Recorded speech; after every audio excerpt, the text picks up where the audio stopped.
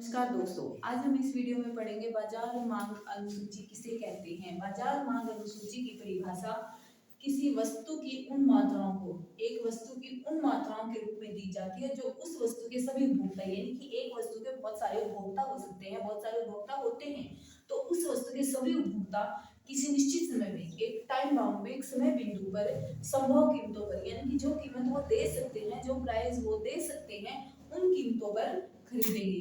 यानी कि बाजार अनुसूची क्या होती है, एक वस्तु की अलग अलग कीमतों पर अलग अलग उपभोक्ताओं के द्वारा जो मांग की जाती है उसके जोड़ को हम क्या कहते हैं, मांग, बाजार मांग। और उसको एक तालिका के माध्यम से दिखाना क्या होता है, मांग, बाजार मांग अनुसूची।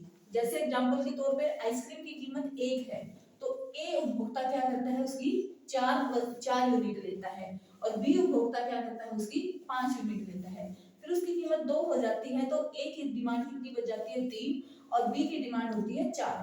फिर 3 प्राइस होने पर जब उसके 3 रुपए प्राइस हो जाता है, तो ए की मांग होती है 2 और बी की मांग होती है 3। फिर उसकी कीमत 4 हो जाती है, बढ़ जाती है आइसक्रीम की कीमत, तो ए की मांग 1 होती है और बी की मांग 2 होती है।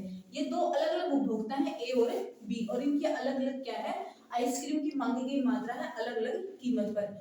तो बाजार मांग क्या हो जाती है, इन दोनों के जोड़ की, यानी 4 + 5 9, बाजार की टोटल मांग कितनी हो गई, 9। 3 + 4 = 7, तो बाजार मांग कितनी हुई, 7।